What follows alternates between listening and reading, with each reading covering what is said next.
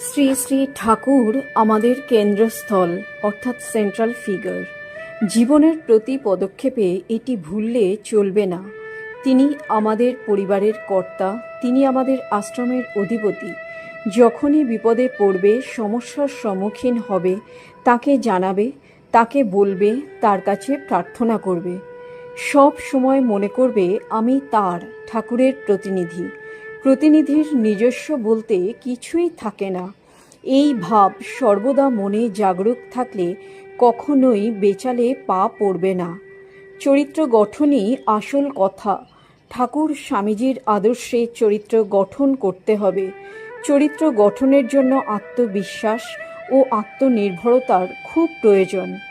যদি আমরা পরিপূর্ণ তৃপ্তি, প্রকৃত আনন্দ বা স্থায়ী শান্তি পেতে চাই, তাহলে আমাদের এই নিকৃষ্ট বা ক্ষুদ্র সত্তার ঊর্ধ্বেই